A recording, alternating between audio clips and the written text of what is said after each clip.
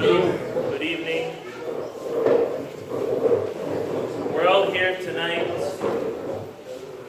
in memory for the Haskara Sam Gargir, Alava Shalom, and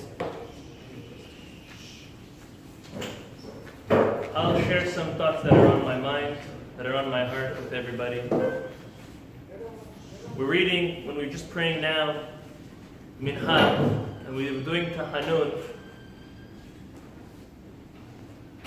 Towards the end of the Tahanun, we mentioned as follows, and it hit me like a lightning bolt.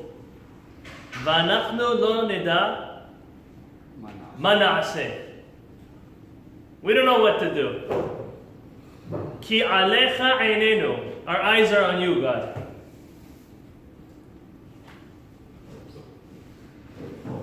The mode that we're in now is a very interesting mode.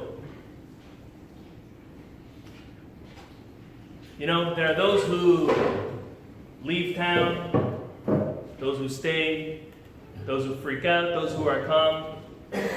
Sometimes even within a family, you have one that's going crazy, one that's just nonchalant, no problem.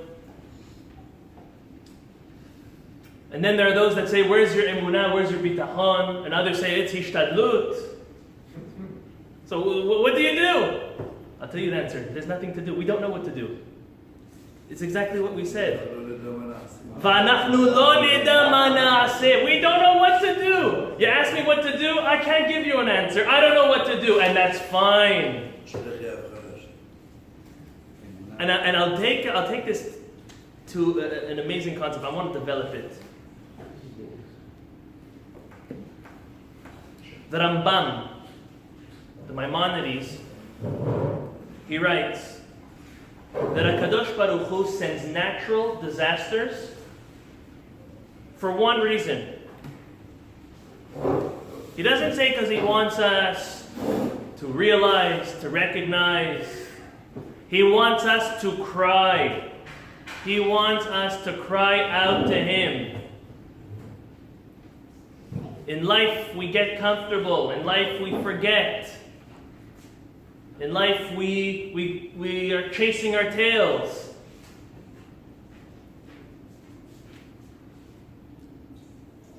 We read every day about a hurricane.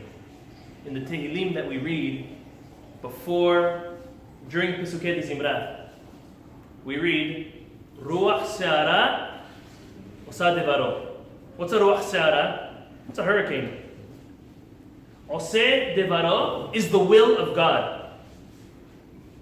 Hashem sends these natural disasters because it's His will. He's there to shake us up. And now we say, it's so obvious. Everyone knows what's happening in 2 weeks from now, to the day. It's Rosh Hashanah. It's Elul. A week ago in Houston. Coming up, hopefully it will skip us, but that's not the point. The point's not is it going to hit, is it not going to hit. The point is, are we going to cry? Are we going to pray to Him? It's so obvious before Rosh Hashanah, before Yom Kippur. I was speaking to somebody, and I asked him, the feeling that you're feeling now, this uncertainty, this anxiety, the stress, the awe, the fear. Do you feel the same way on Rosh Hashanah, on Yom Adin? Do you feel the same way or more on Yom Kippur? And now it's a very easy time to test it. How are we going to be in 2 weeks? How are we going to be in 3 weeks? Are we going to be with that uncertainty, with that worry? What's my judgment going to be? How's my year going to be decreed for? So it's a great exercise. If on materialistic matters, such as a hurricane, we can be with this uncertainty and this worry, it's up to us to develop that sensitivity to copy it, if we want to fake it, or really internalize it and even override it when it comes to our spiritual matters. And it's not so hard to feel worried and uncertain on Rosh Hashanah, because it's not only spiritual matters which are being decided. It's our physical, it's our material matters. What's your parnasah going to be like? What's your health going to be like? How's your family? How's your community? But do we take Yom Hadin, the day of judgment, seriously or not? This morning we read, and as well as we're going to read on Shabbat morning, that when an individual would come to Eretz Yisrael, and they would bring their bikurim, they would bring their first produce to the Bet HaMikdash to thank God for it. Do a quick recap of how we got to that moment, how the Jewish people got to the moment of finally entering the land and fulfilling that mitzvah and that enthusiasm of bringing the first produce as a korban, as a sacrifice, as a gift to God. We read as follows, and it goes perfect with this. Vayareu otanu hamitzrim vayanunu. The Egyptians in Egypt, while we're in two lines recounting our whole Egypt and Exodus episode, we say the Egyptians, they beat us, they tortured us, they pained us. Vayitenu alenu avodah kasha. They gave us a lot of hard work.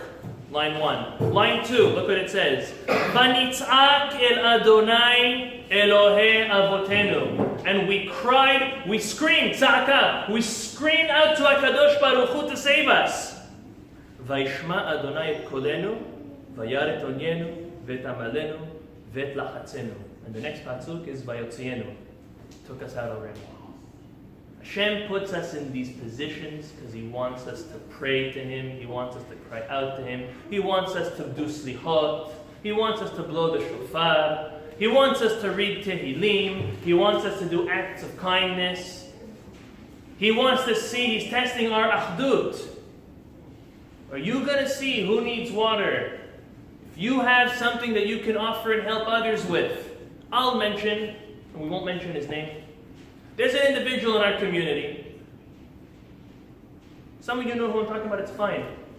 When we tell what others do in public, whether it's in front of them or not,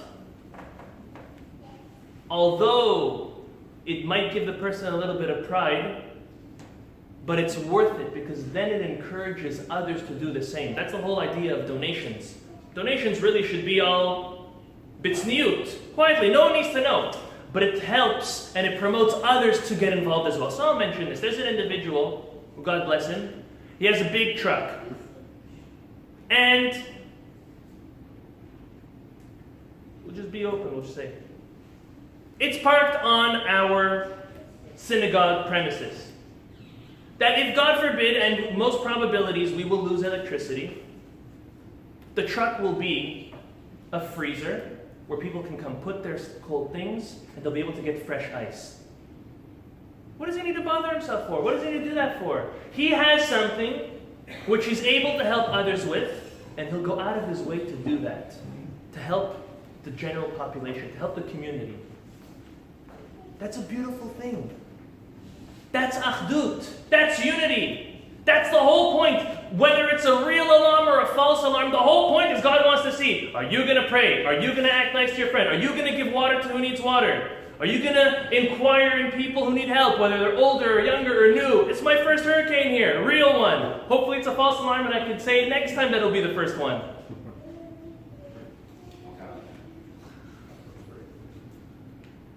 But either way, Hashem wants to see, are we one?